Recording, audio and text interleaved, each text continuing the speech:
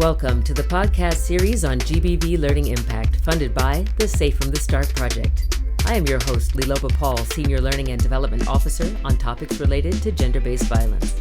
This work is a collaboration between the UNHCR Division of International Protection, the Regional Bureaus, and the Division of Human Resources Global Learning and Development Center in Budapest. It is my pleasure to have with me today Pedro Munoz Alonso, Community-Based Protection Officer in Romania. Thank you for joining me from Bukarest. Thank you. I'm very pleased to be here. Very nice. And could you tell us a bit about yourself? How long have you been with UNHCR? Where are a few places you were previously working? And what are you covering in your current role? Well, my journey with UNHCR started back in 2017 when I joined the Lebanon operation as a GBV focal point. Since then, I've been involved in the work done in GBV across all my operations, working on both prevention, mitigation, and response in Lebanon, Iraq, Syria, and currently Romania, where I'm speaking to you from. Mainly from in my role as protection officer and community-based protection officer. So while my experience focuses mostly on the Syria refugee response, I'm now involved in the Ukraine emergency response, where I cover both GBV UNHCR programs, but also coordination of the GBV sub-working group as part of the interagency coordination mechanism. So maybe more of my personal journey as well. While I was already working with UNHCR Lebanon, I completed my master's degree in gender studies, intersectionality and change, where I developed a thesis on how to engage men in GBV programs, focusing on the Syria refugee response in Lebanon. In addition, I was involved in other gender-related programs in my previous UN agency, the UN Economic and Social Commission for Western Asia, ESCWA, where I contributed to building the capacities of states to achieve Sustainable Development Goal number 5 on gender equality and conducting research as well on gender and conflict. So as you can see, all throughout my journey, I have been involved in GBV, and also as a man, I've been able to focus on promoting the engagement of men in GBV prevention while creating spaces for more awareness and network for social change among men and boys, and also vis-a-vis men and boys. Yeah, it is a career that has spanned several regions. And your gender equality work and studies before UNHCR and during your UNHCR time certainly equipped you for deeper work in this thematic area. We are here to talk about GBV learning impact and to follow the results chain.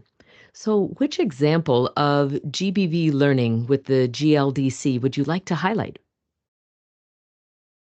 Well, as I mentioned at the beginning, I consider this to be a journey. So my journey in delving deeper into GBV prevention and response across operations started when I participated in the GBV training of trainers in Kenya, in Nairobi, back in 2017.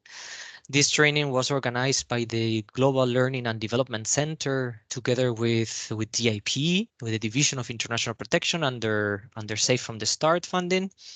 And for me, it was an opportunity to really gain very solid knowledge on the different types of interventions under GBV. And it allowed me to contribute to creating more space in the operation where I was serving for GBV programs. It was an opportunity for me to show the relevance of engaging colleagues across the operation. So it really led to many different initiatives. First of all, as part of the training, the session I delivered a session on working with male survivors. And at the same time, back in my operation, I was already working on a draft strategy, a GBV draft strategy for the operation. Um, so I benefited from this training to really bring the strategy into a reality in the operation. So it's interesting that my journey on GBV started with the GLDC, and very recently I've been in collaboration with the GLDC again as part of the GBV onboarding advisory program, where with thanks to the GLDC, we managed to provide coaching and support to several GBV focal points in the Romania operation, hoping this helps us strengthen their capacities, which will at the same time help us continue the efforts on the different fronts in GBV in the Romania operation. And you do refer to your experiences as a journey, and the connection between how you started out and how you now, as a manager, are helping others to get started on their GBV work is definitely part of that journey. And well, passing that opportunity forward, just really thinking here too on how we can focus back on what took place from 2017 after the GBV TOT. Let's break down some of those results. I think that will help our listeners who are looking to learn from your experience as well. So, what actions did you take as a result of the learning intervention? Well, as part of my training, I needed to deliver a session back in the operation as part of this training program. So I conducted a countrywide validation session for the GBB strategy that I was speaking about. Basically, all sectors and different field offices across the operation endorsed the priorities set in the strategy through this validation session. But also it provided an opportunity for each field office to customize a work plan, aligning with the strategy, of course, but tailored to the different priorities in each of the governorates, which was something that I benefited from the training to show it in the operation. Some work plans focused on child marriage. Other work plans were focusing more on how to work with LGBTIQ plus survivors. All of them also integrated the work on against intimate partner violence. So really the different components of the training guided the work plans of the different field offices on the ground. In addition to this, Lebanon was also selected as a pilot operation for the GBV risk mitigation program.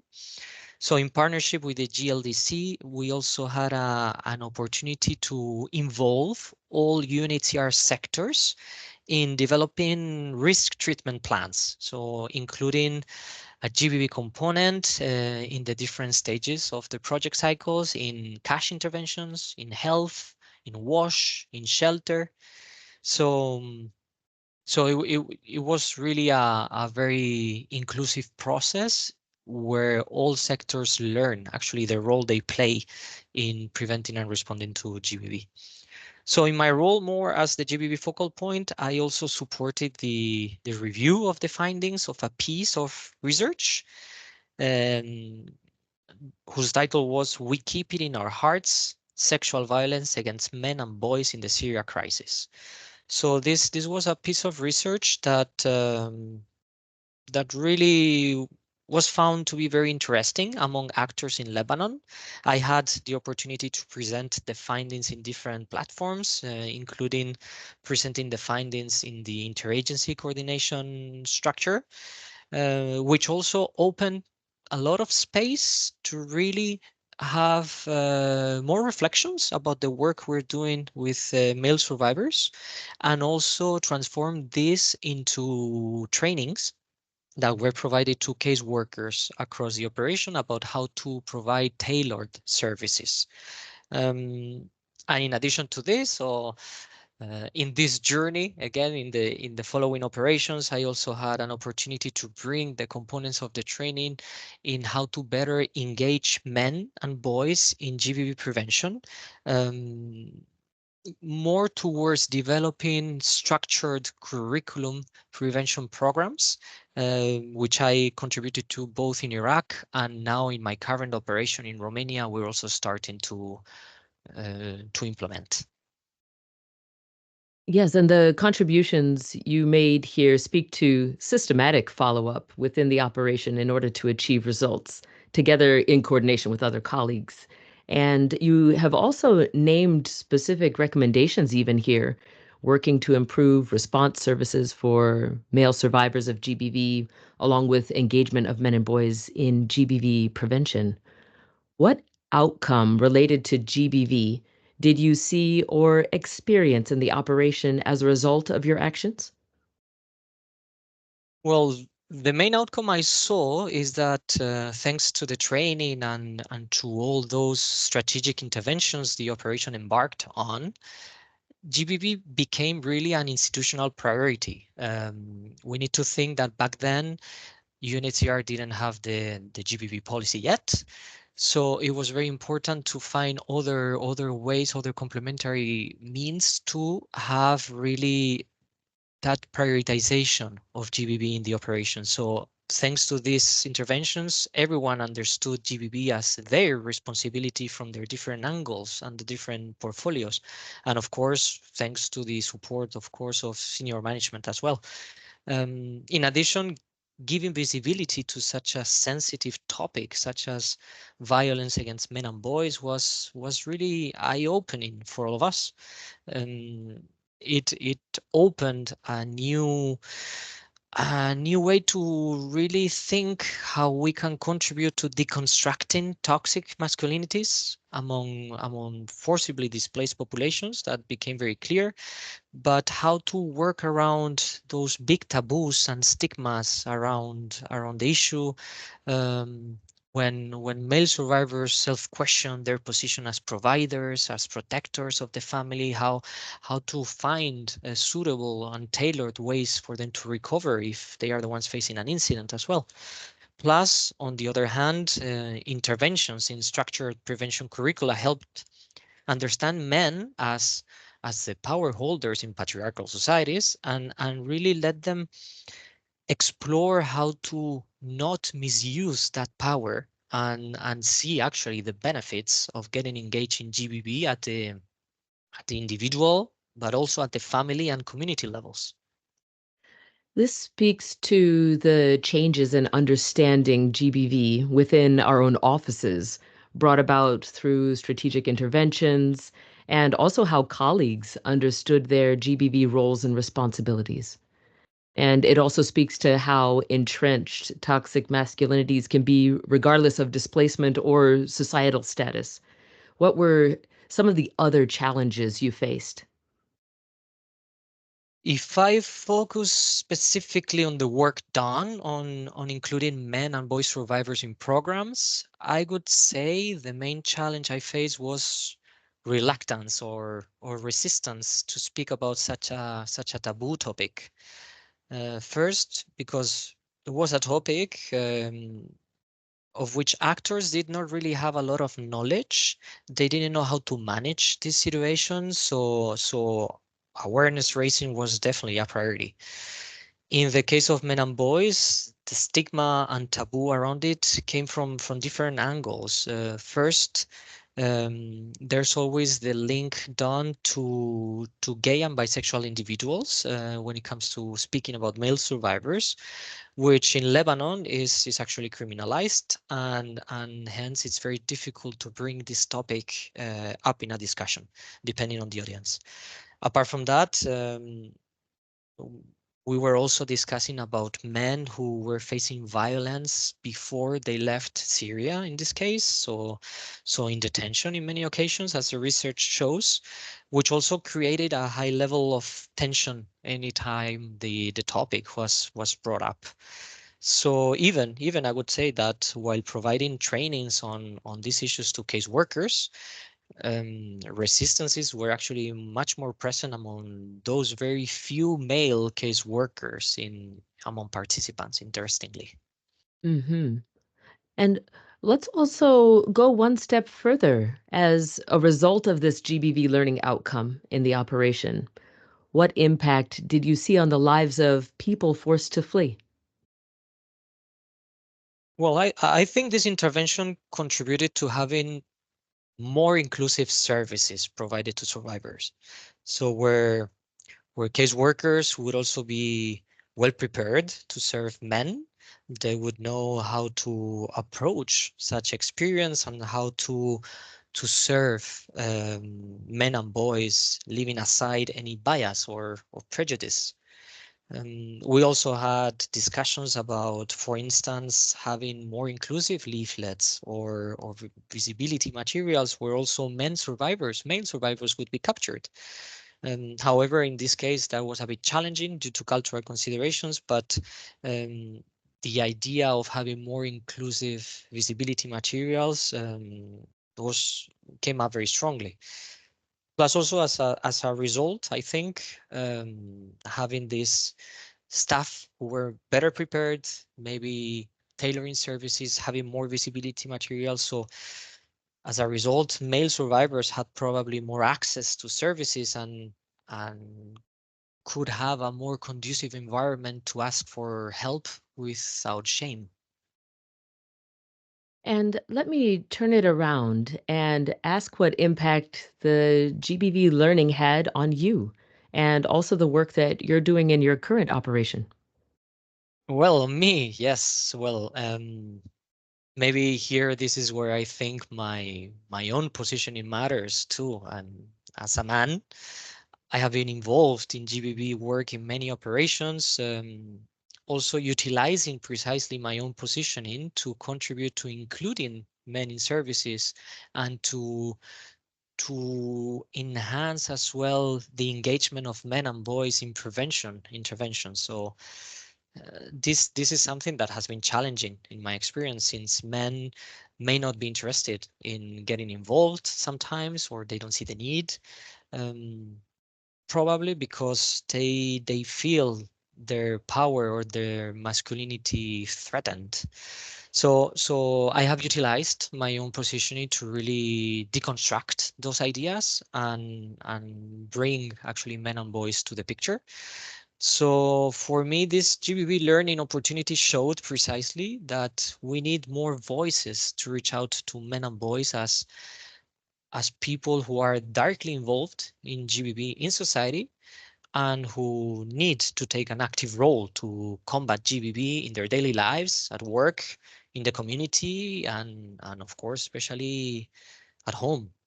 So now I'm bringing all these lessons learned to my current operation, and we are also launching a curriculum prevention, a curriculum to engage men and boys in prevention interventions.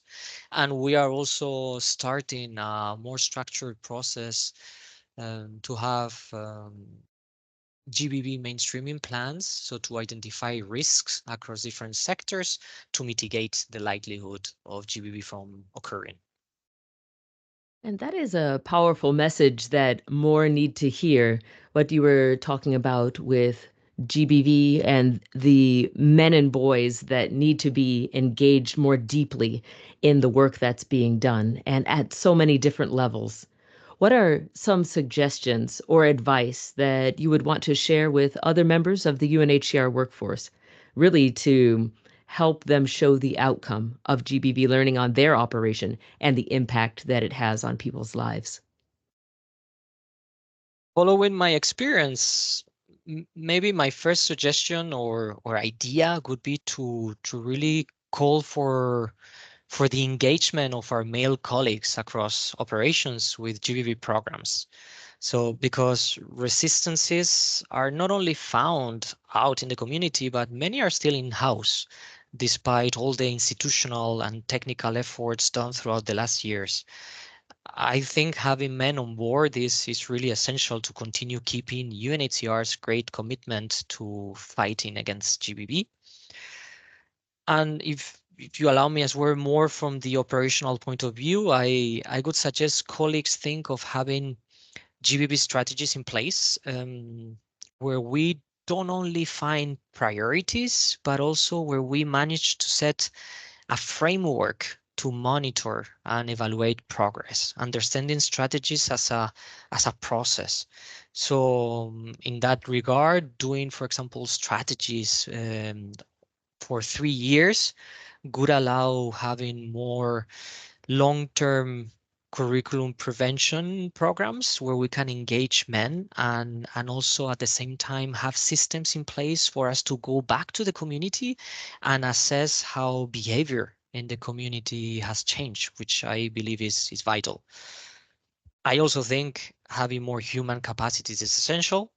On many occasions, GBV focal points have many more responsibilities, so one cannot really allocate the necessary time to their GBV responsibilities. So having this improved could be in the benefit of the operation and, of course, of the persons with and for whom UNHCR works. These are useful pieces of advice for our listeners. And you also named some challenges as well as enabling factors that impact our ability to deliver. What do you see as a way to create a lasting impact from GBV learning that's more sustainable? For example, when funding is greatly reduced or after UNHCR departs? Well, for me, if as UNHCR we want to achieve something sustainable, I think we need to promote the engagement of the community itself in everything we do. Having community structures and services where persons from the community know how to provide solutions and serve cases, or having structures that may serve as entry points for disclosure or referral of cases, that would be very, very important. And these structures could, for example, also serve as a way to continue awareness raising among the community itself, having a more sustainable approach to it. In my opinion, that goes as well in parallel with our efforts in further strengthening the national system, especially by equipping it with tools and policies meeting international standards, but also going back to my own positioning and involvement in working with men, from both engaging them in prevention but also serving male survivors, working with national systems to have inclusive and tailored services to everyone's needs could be very, very important in the long term.